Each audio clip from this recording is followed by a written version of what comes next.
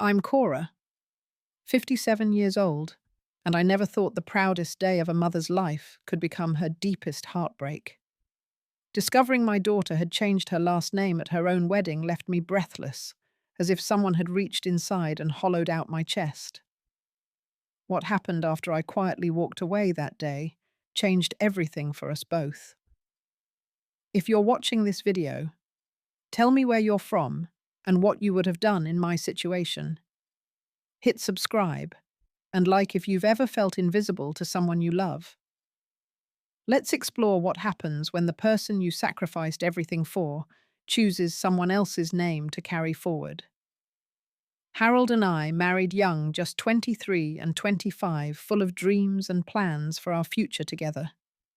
We bought a small house in a quiet neighborhood in Oregon, with a backyard perfect for the family we both wanted. When I found out I was pregnant, 2 years later, Harold painted the nursery himself, a soft yellow that caught the morning light.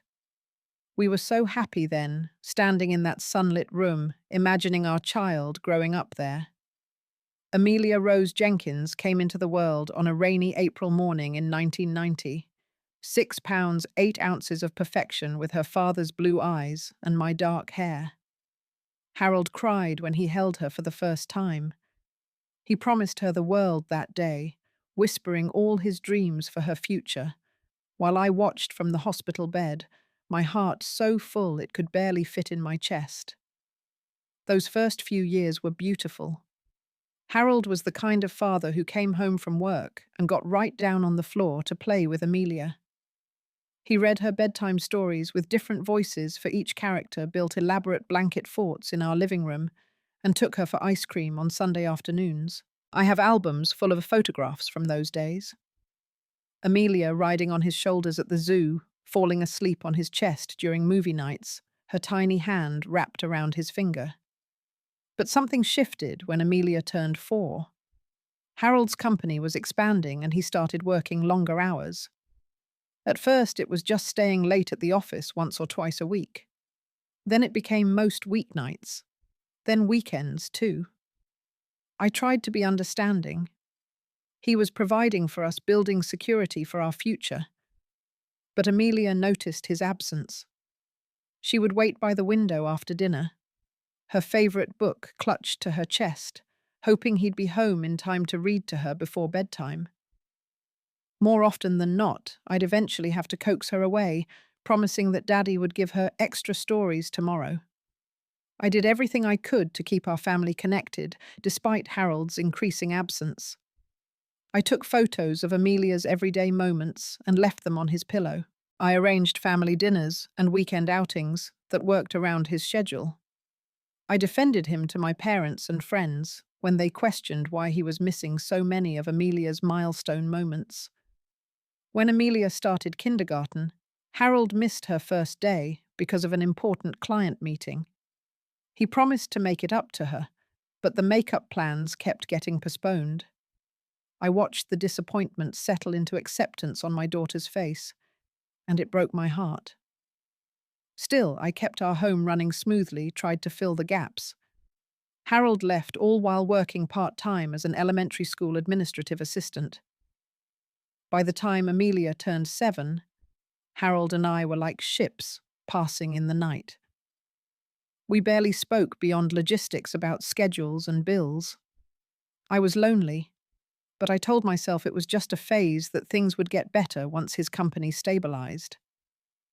I focused on Amelia, determined that she would never feel the emptiness growing between her parents.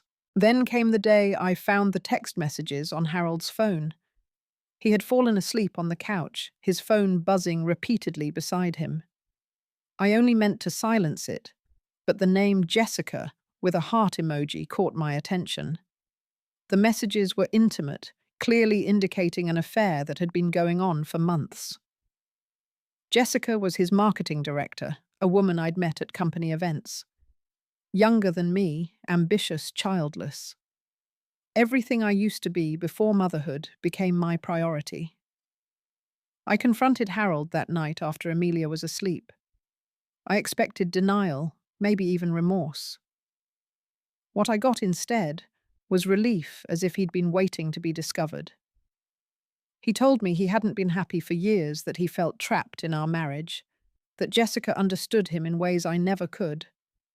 20 minutes of conversation erased 8 years of marriage. I begged him to consider counseling, to think of Amelia. He agreed to try, but his heart wasn't in it. 3 sessions with a marriage counselor only confirmed what he'd already decided. He was leaving us for Jessica. The divorce was finalized 4 months later, when Amelia was 8 years old. Harold moved into a downtown apartment with Jessica, while I stayed in our family home with Amelia. The mortgage payments suddenly became much harder on my salary alone. Child support helped, but it wasn't enough to maintain our previous lifestyle. I took on additional work, cleaning houses on weekends and tutoring students after school. I was determined that Amelia would feel as little disruption as possible. Those first years as a single mother were exhausting. I would wake up at 5:30 to prepare Amelia's lunch and lay out her clothes before getting ready for work. After school, she would come to my office until I finished at 4:30. Evenings were filled with homework, dinner preparation, housework, and trying to create quality time with my daughter despite my fatigue. Weekends were split between my extra jobs and making sure Amelia had fun, normal childhood experiences. Harold was supposed to have Amelia every other weekend, but he often cancelled at the last minute due to work commitments or trips with Jessica. Each time I would watch Amelia's face fall, then quickly suggest an exciting alternative activity to distract her from the disappointment. I never spoke ill of Harold in front of her.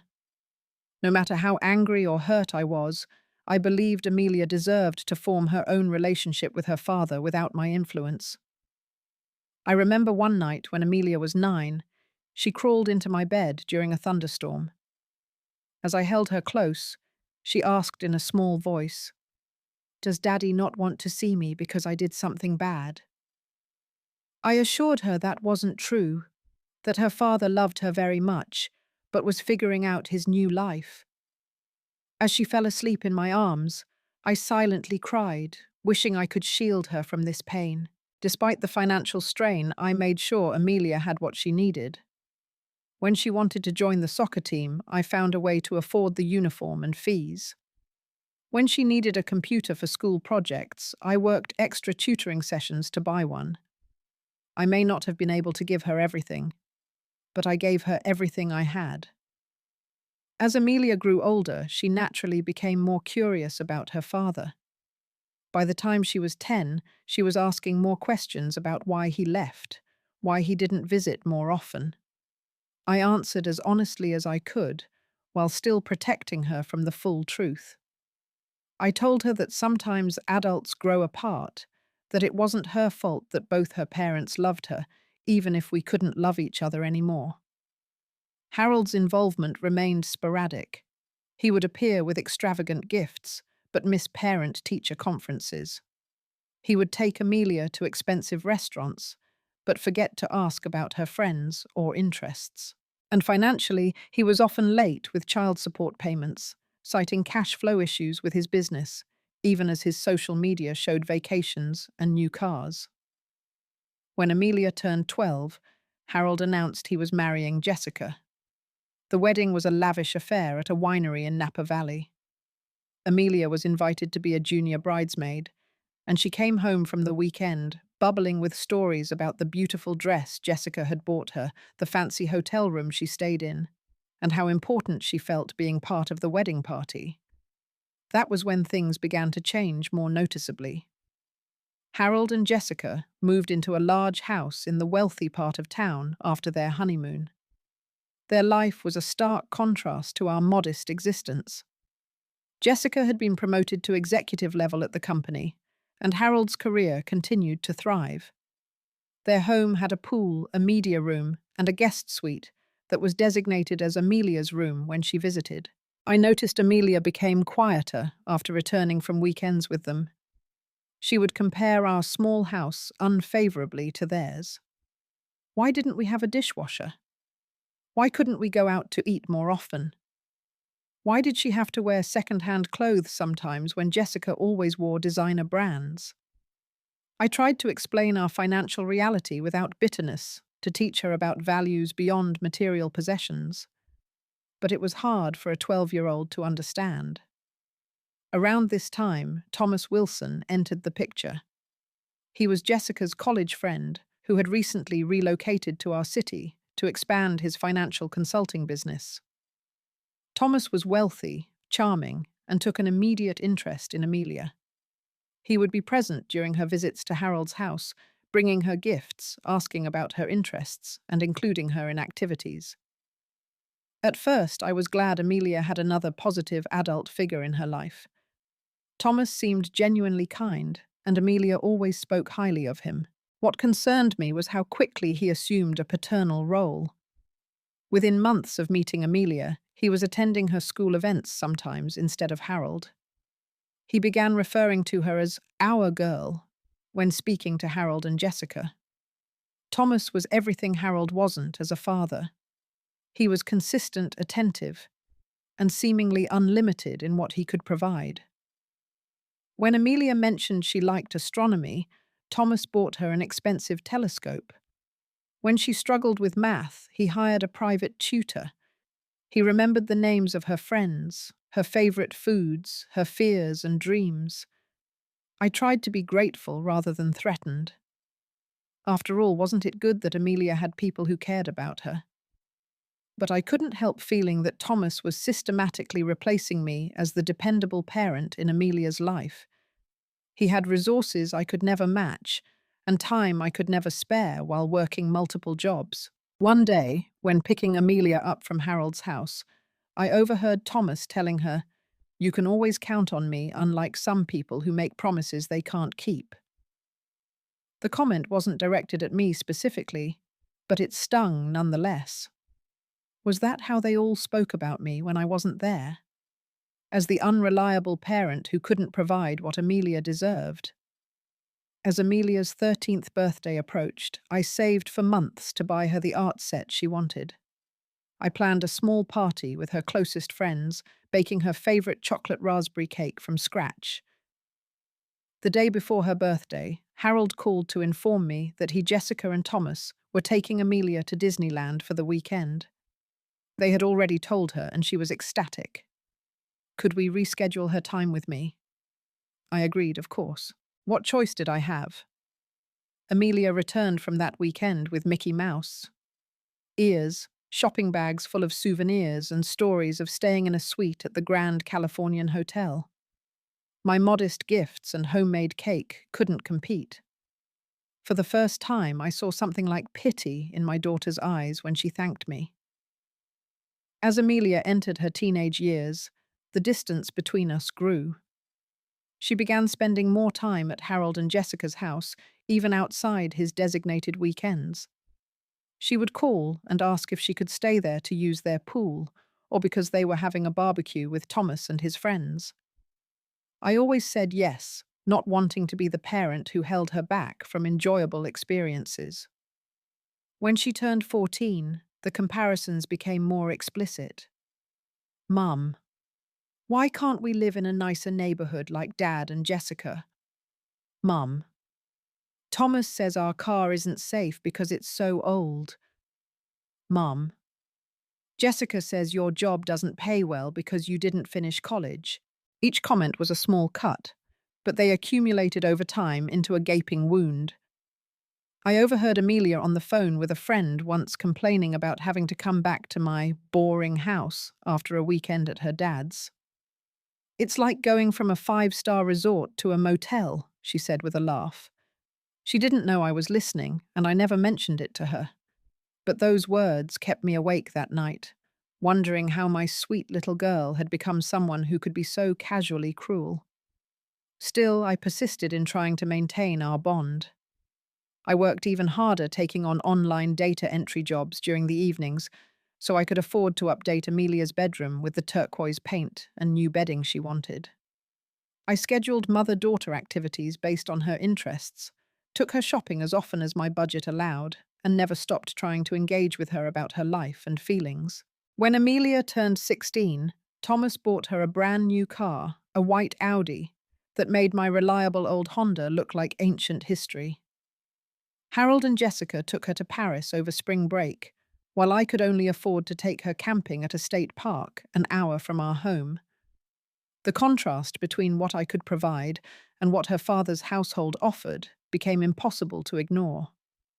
I remember sitting by our small campfire, watching Amelia texting on her phone instead of roasting marshmallows, clearly bored and wishing she were elsewhere. I had spent weeks planning this trip, packing her favorite snacks, researching hiking trails I thought she'd enjoy, but she could barely muster enthusiasm for any of it. "Who are you texting?" I asked, trying to keep my voice light. "Thomas," she replied without looking up. "He's sending me links to colleges we should visit next year. He knows the dean of admissions at Stanford." "That's nice of him," I said carefully. "But college is still a couple years away. Maybe we could enjoy our time together now." Amelia looked up. Then her expression a mixture of pity and exasperation. "Mum, you don't understand. Thomas says early preparation is why successful people get ahead. He says spontaneity is just a lack of planning." I didn't recognize my daughter in that moment. The girl who once made up songs about butterflies and built fairy houses in our backyard had been replaced by someone who quoted a wealthy stranger's platitudes as gospel. Despite these painful moments, there were still glimpses of the old connection between us. Sometimes, late at night, Amelia would come to the living room where I was folding laundry or paying bills, and she would open up about friend drama or a teacher she disliked. In those moments, she was just my daughter again, not the sophisticated teenager she pretended to be at Harold's house. I clung to those moments, trying to expand them, to remind Amelia of our history together. I would bring up shared memories, like our tradition of making Christmas cookies using my grandmother's recipe, or the summer we spent rehabilitating a baby bird that fell from its nest in our yard. Sometimes these reminiscences would soften her, bringing a genuine smile to her face. Other times she would roll her eyes and say, "That was ages ago, Mum." As her high school years progressed, Amelia began referring to Thomas and Jessica's house as her other home.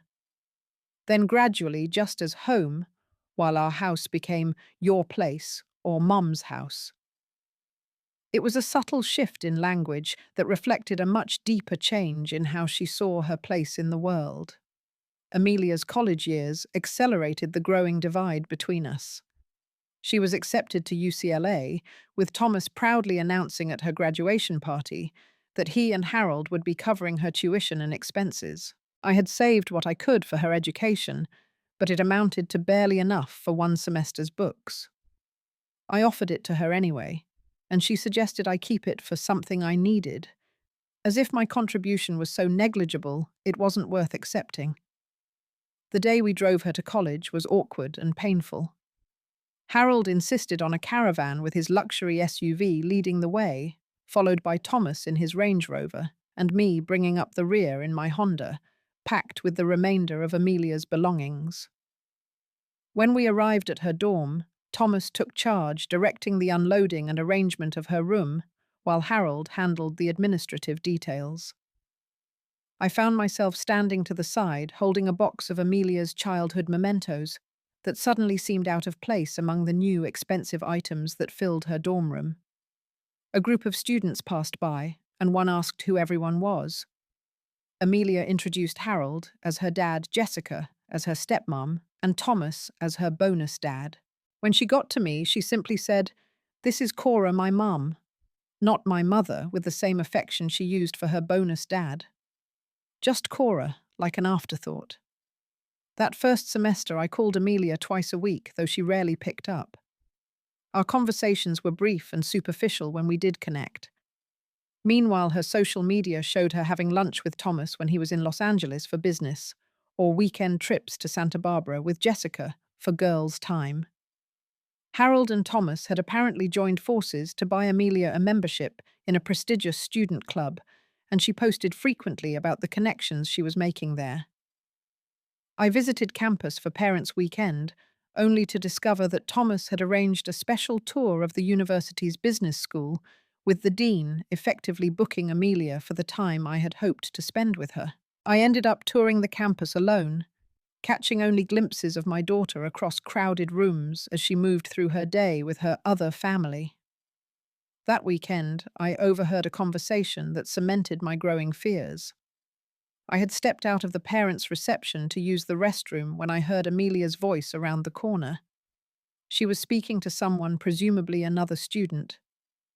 "Yeah, those are my parents over there, the ones talking to Professor Martinez," she said. I peered around the corner and saw her pointing to Harold, Jessica, and Thomas, who were indeed chatting with a distinguished-looking man. There was no mention of me, no acknowledgement that her mother was even present at the event. When I returned to the reception, I approached the group, trying to insert myself into the conversation. Thomas smoothly introduced me to Professor Martinez. "This is Amelia's mother, Cora. She's been raising Amelia while we've been focusing on preparing her for her professional future." The phrasing stung, as if my years of nurturing, teaching, and loving Amelia were simply babysitting while the important people handled the significant aspects of her development. I saw Amelia wince slightly at the introduction, but she didn't correct him or defend my role in her life. Later that evening, when I finally had a moment alone with Amelia in her dorm room, I tried to address what was happening. "Sweetie, I feel like there's a disconnect between us lately. And today, when you were pointing out your family to that student, you didn't include me." Amelia sighed heavily, as if my concern was an imposition. "Mum, you're being sensitive. It's not a big deal. Thomas and Jessica have just been really involved with my college experience. They understand this world better than you do." "What world is that?" I asked quietly. "This world. College networking, building a future. No offense, Mum, but you never even finished your degree. Thomas is helping me make connections that will actually matter for my career." I felt as if I'd been slapped. "And what about the connections that matter for your heart, for who you are as a person?" Amelia rolled her eyes. "That's exactly what I'm talking about. Thomas focuses on practical things while you get all emotional and philosophical. It's just different approaches." I left campus the next day, feeling like a visitor in my daughter's life, rather than an essential part of it. Over the next few years, this pattern continued. Amelia came home for holidays, but spent most of her time at Harold and Thomas's house. She interned at Thomas's firm during summers. Her conversations were full of references to advice Thomas had given her, or opportunities he had created for her. By her senior year, I was lucky to get a monthly phone call. I still sent care packages, birthday cards, and attended any event she invited me to. But these occasions grew increasingly rare. I maintained a relationship with my daughter through sheer persistence and unconditional love, even when it felt one-sided. The engagement announcement came via a group text message. Amelia was marrying James Huntington, the son of one of Thomas's business associates, whom she had met during a summer internship. The wedding was planned for June at an exclusive vineyard resort that Thomas had connections with. I immediately called Amelia to congratulate her, but the call went to voicemail. She texted back an hour later. "Thanks. Super busy with wedding plans. Jessica is helping me coordinate everything. We'll send details soon." The details arrived 3 weeks later in the form of a formal email with a link to the wedding website.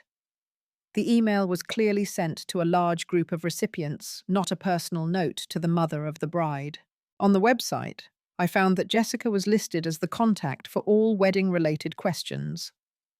My name appeared only under family of the bride, after Harold, Jessica, and Thomas and his wife Diane. I reached out to Amelia directly, offering to help with whatever she needed for the wedding. Her response was polite but distant. "Thanks, Mum, but we have it covered. Jessica and Diane are handling most things, and the venue comes with a coordinator. But you could help by getting your outfit approved through Jessica, so we maintain the color scheme. I had to get my mother of the bride outfit approved by my ex-husband's wife. The humiliation was almost unbearable, but I swallowed my pride for Amelia's sake. I selected a modest blue dress that I could afford and sent a photo to Jessica, who replied that it would suffice, but suggested some accessories that might elevate the look. As the wedding date approached, I received more impersonal updates and instructions via email. I learned that Thomas would be joining Harold in walking Amelia down the aisle, that Jessica had helped select the bridal gown, that Thomas and Diane were hosting the rehearsal dinner at their country club. The weekend of the wedding arrived, and I drove to the Vineyard Resort, checking into the least expensive room available, which was still a significant strain on my budget. The rehearsal dinner was the first time I had seen Amelia in months. She was radiant, circulating among the guests, with James barely stopping at my table for a quick hello, before being whisked away by Thomas to meet some important business connection. I sat at a table with distant relatives and a few of Amelia's childhood friends' parents, all of us seemingly afterthoughts in the celebration. Across the room, Harold, Jessica, Thomas, Diane, and the groom's parents formed a tight circle, laughing and toasting, clearly the inner circle of this family merger. The morning of the wedding, I went to the bridal suite, hoping for a quiet moment with my daughter before the ceremony. The suite was bustling with activity bridesmaids, makeup artists, photographers, and Jessica orchestrating it all. Amelia was seated in front of a mirror, a stylist working on her hair. "Mom, you're early," she said when she saw me in the mirror.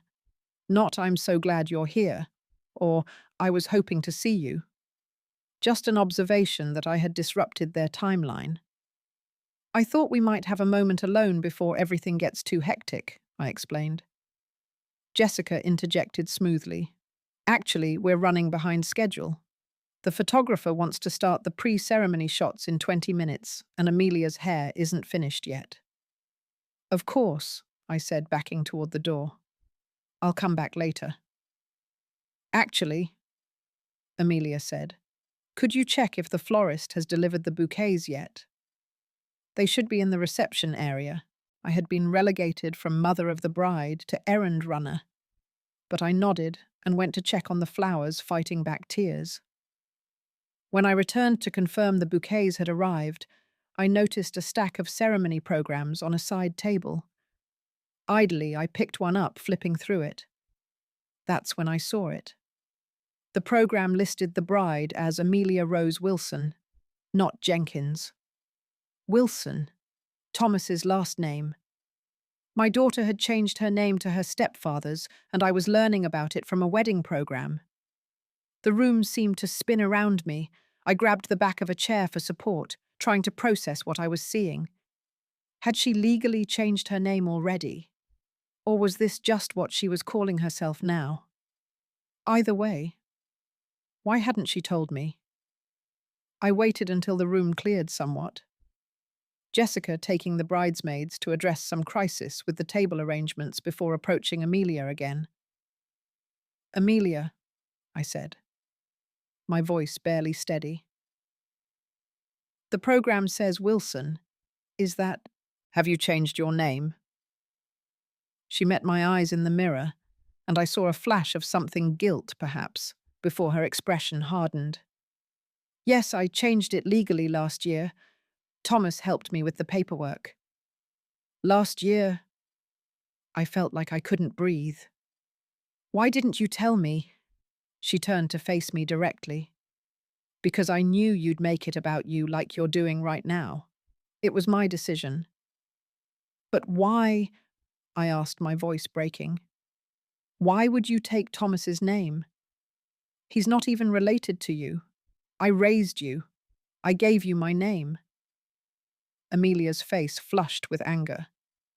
"I took the best name for myself, and you have no right to complain. Thomas has given me opportunities you never could. His name opens doors. What has Jenkins ever done for me except connect me to a mother who could barely keep us afloat? Her words hit me like physical blows. 22 years of sacrifice, of putting her needs before mine, of loving her through every challenge reduced to barely keeping us afloat. And worse, the implication that I had been a burden rather than a foundation in her life. "I see," I said quietly, too shocked to cry, too wounded to argue. "I hope the name serves you well, then." I turned and walked out of the bridal suite, down the hall, out of the venue. No one called after me. No one came looking for me. I got into my car, hands shaking so badly I could barely insert the key, and drove away from my daughter's wedding before it even began. The drive home passed in a blur.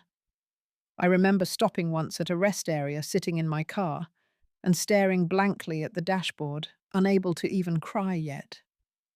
My phone buzzed occasionally with messages, probably from wedding guests wondering where I was, but I couldn't bring myself to look at them. When I finally arrived home, the silence of the empty house enveloped me. I stood in the entryway, still wearing my mother of the bride dress, feeling completely untethered from my life. Everything I thought I knew had been shattered. My daughter, the person I had built my entire existence around for 22 years, had not only replaced me with a more affluent, connected family, but had erased the last connection between us by discarding my name. I moved through the house in a daze, eventually stopping in Amelia's old bedroom. I had kept it largely the same since she left for college, updating it slightly to make it more adult when she visited, which was rarely.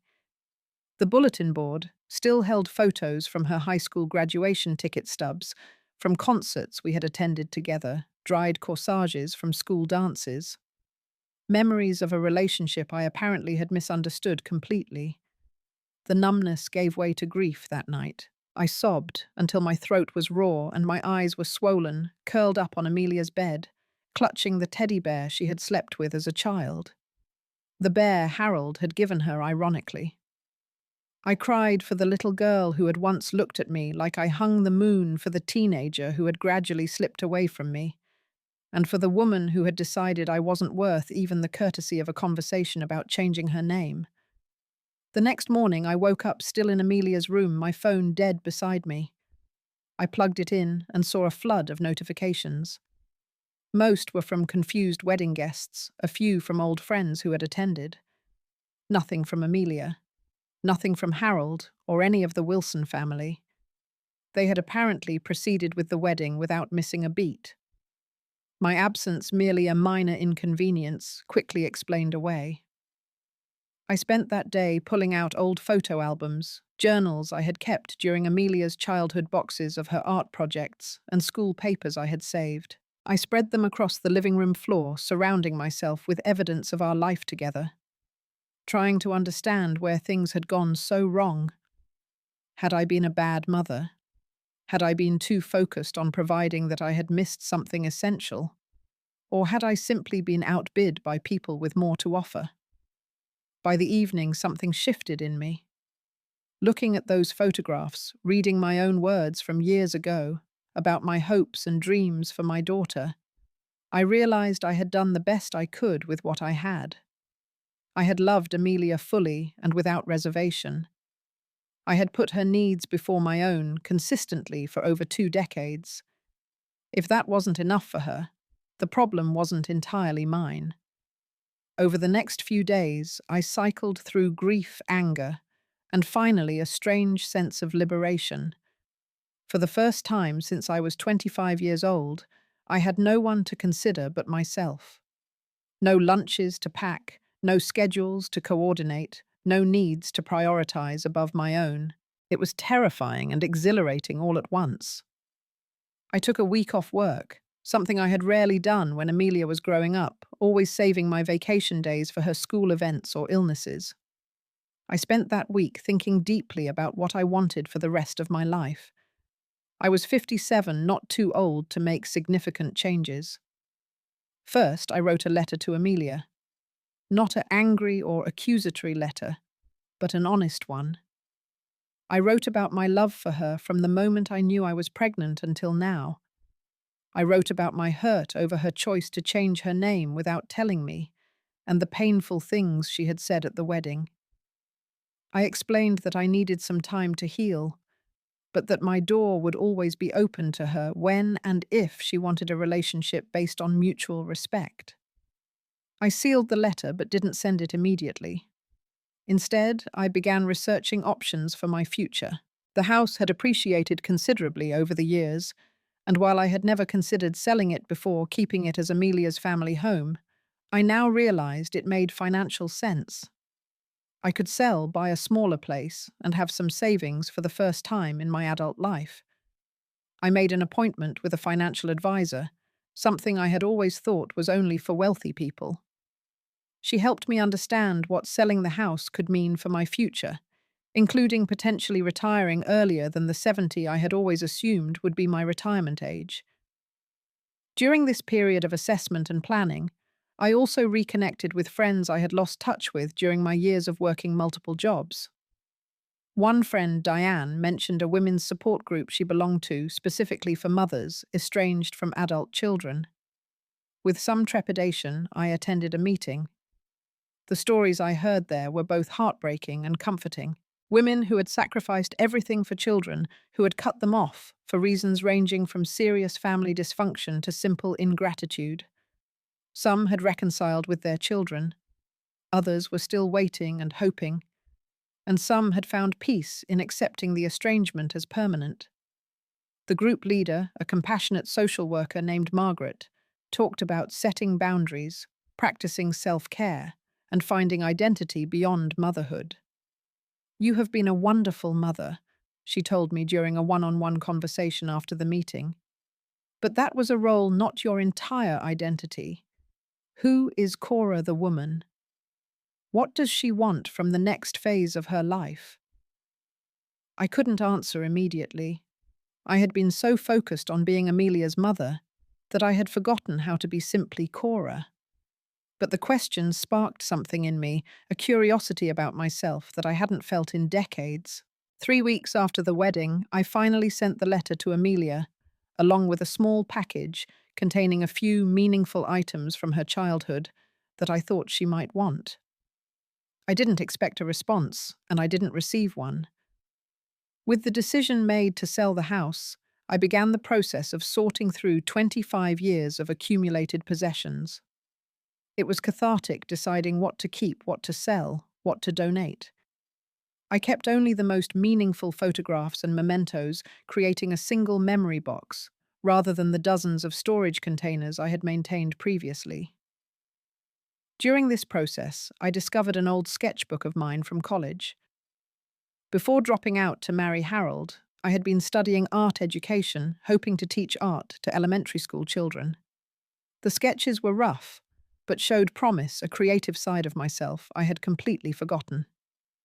On an impulse, I signed up for a drawing class at the community centre. Sitting in that classroom the first night, surrounded by people of all ages, pursuing creativity for its own sake, I felt a spark of joy I hadn't experienced in years. The instructor praised my natural eye for composition. For the first time in decades, I felt proud of something that had nothing to do with being a mother. As the weeks passed, I expanded my horizons further.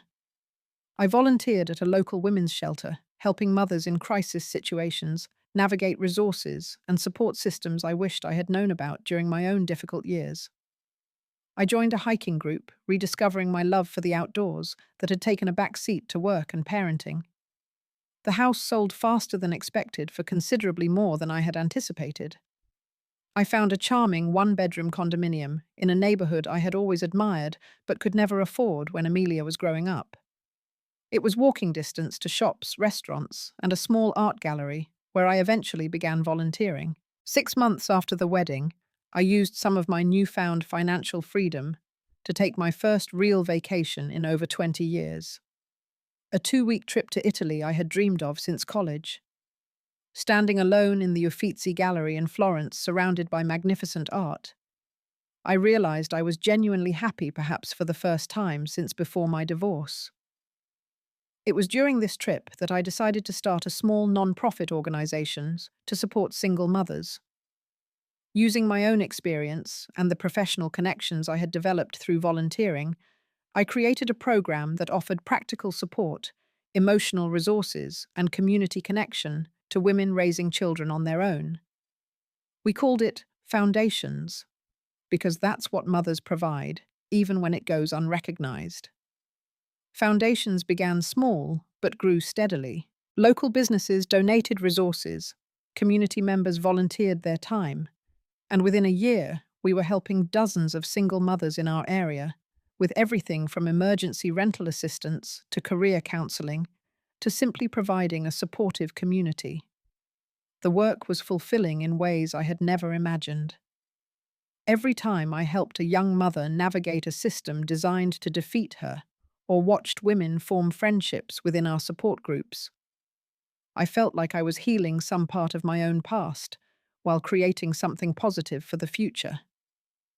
As Foundations gained traction in the community, I occasionally saw my name in local news articles or community newsletters. I wondered sometimes if Amelia ever saw these mentions, if she knew that the mother she had dismissed as irrelevant was building something meaningful. But I tried not to dwell on these thoughts. My work wasn't about proving anything to Amelia or anyone else. It was about finally recognizing and using my own strengths. Almost 2 years after the wedding, I received an unexpected package in the mail. The return address was unfamiliar, somewhere in Seattle. Inside was a small wooden box I recognized immediately, a jewelry box I had given Amelia on her 16th birthday. It had contained a modest silver locket, with our picture inside, nothing compared to the diamond earrings Thomas had given her the same year, but something I had saved for months to afford. Inside the box was a letter and the locket. My hands trembled as I unfolded the paper and recognized my daughter's handwriting. "Dear Mum," it began, and those two simple words brought tears to my eyes.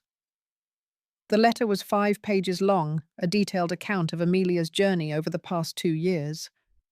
Her marriage to James had ended after just 14 months. He had been controlling and emotionally abusive, isolating her from friends and monitoring her every move. The perfect society wedding had led to a nightmare behind closed doors. When she had finally gathered the courage to leave him, she discovered that her support system wasn't as solid as she had believed. Harold and Jessica were concerned about how a divorce would reflect on their social standing. Thomas, whose business connections through James's family had been profitable, suggested she try harder to make the marriage work. Alone and afraid, Amelia had gone through her possessions looking for comfort from her past. She found the box of childhood items I had sent after the wedding, things she had initially set aside without much thought. Looking through them, she saw a different story than the one she had been telling herself about her childhood.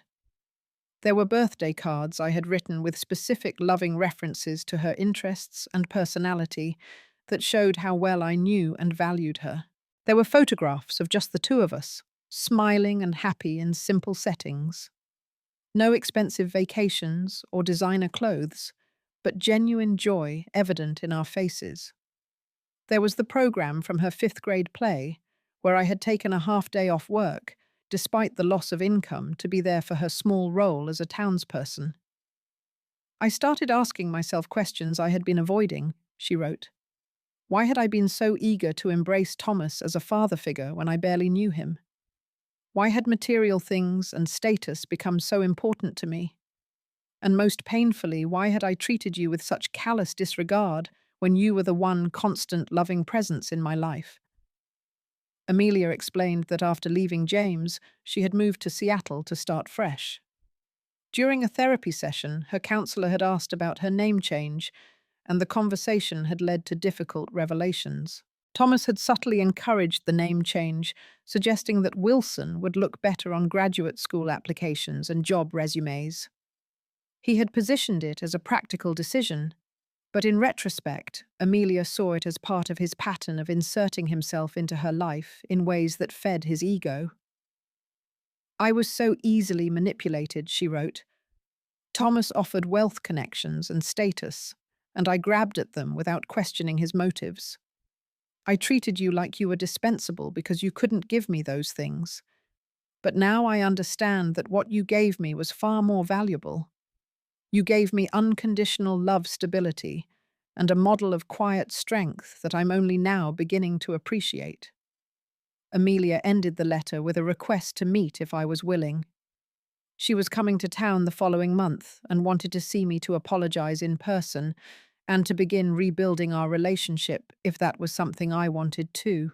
I sat with the letter for a long time, experiencing a complex mix of emotions. There was vindication, yes, but also sadness that Amelia had learned these lessons through such painful experiences. There was lingering hurt from the years of rejection, but also hope that something new and healthier might be possible between us. After careful consideration, I replied that I would meet her. We arranged to have coffee at a neutral location, a cafe downtown, rather than my home. I wanted to establish from the beginning that while I was open to reconnection, boundaries would be part of any new relationship between us. The day of our meeting, I arrived early, selecting a quiet table in the corner where we could talk privately. When Amelia walked in, I almost didn't recognize her. Gone was the polished, expensive look she had cultivated during her college years and at her wedding. Her hair was shorter, her clothes simple, her face free of makeup. She looked younger and more vulnerable, more like the girl I had raised than the woman who had dismissed me. Our initial greeting was awkward, both of us hesitant, neither sure of the appropriate physical boundaries. We settled for a brief, tense hug before sitting down across from each other. "Thank you for meeting me." Amelia began, her voice small. "I wasn't sure you would." "I wasn't sure I would either," I answered honestly. "But I'm glad I did." Amelia broke down, then apologizing through tears for her treatment of me, for the name change, for the cruel words at the wedding. She explained more about Thomas's subtle manipulation, how he had positioned himself as a mentor and benefactor, while gradually undermining her relationship with me. He would say things like, "Your mum loves you, but she just doesn't understand the world you're entering," or, "It's not your mum's fault she couldn't provide more for you, but you deserve better."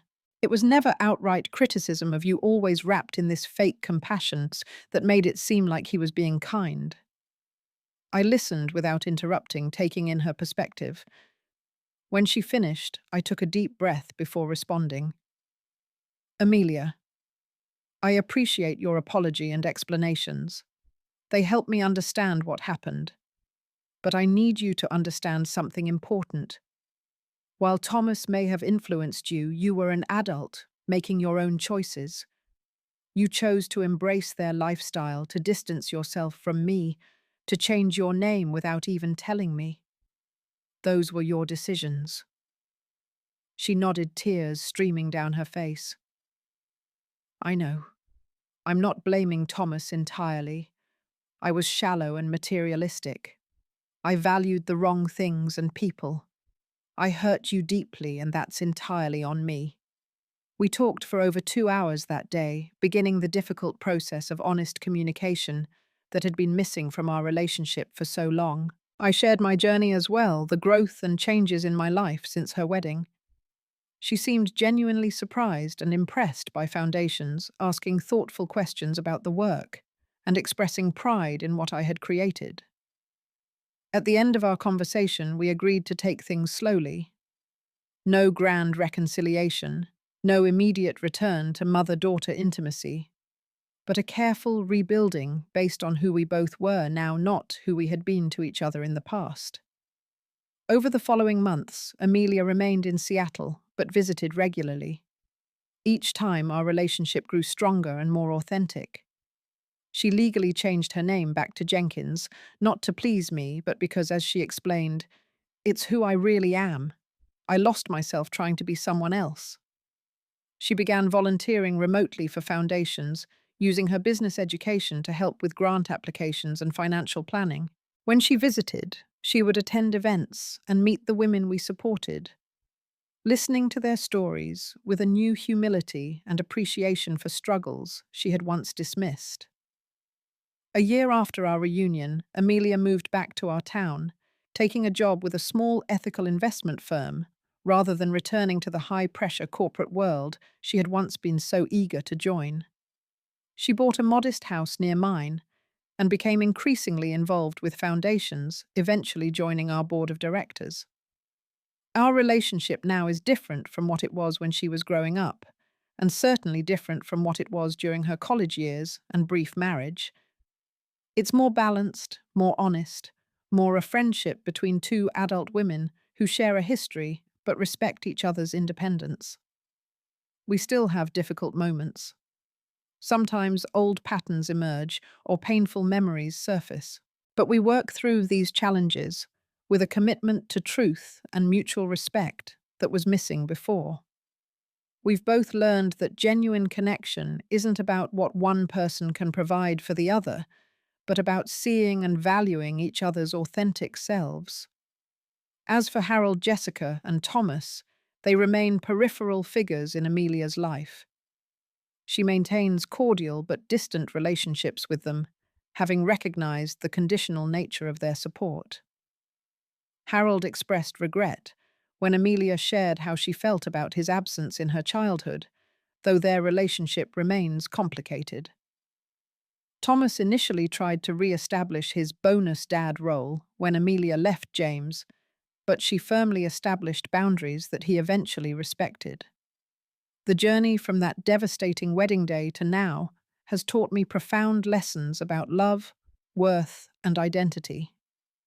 True love doesn't need to be purchased with material things or social connections. Our worth isn't determined by what we can provide, but by the authenticity and integrity with which we live our lives. And our identity can't be defined by others, no matter how hard they try to reshape us to fit their narrative. Most importantly, I've learned that sometimes walking away is the most powerful thing we can do. By quietly leaving that wedding, by choosing self-respect over desperate attempts to maintain a one-sided relationship, I created space for both Amelia and myself to grow into better versions of ourselves. What seemed like an ending became eventually a new beginning for us both. If you've ever felt invisible in someone's life or had to rebuild yourself after a profound rejection, I hope our story gives you courage. Your worth doesn't diminish because someone fails to value you.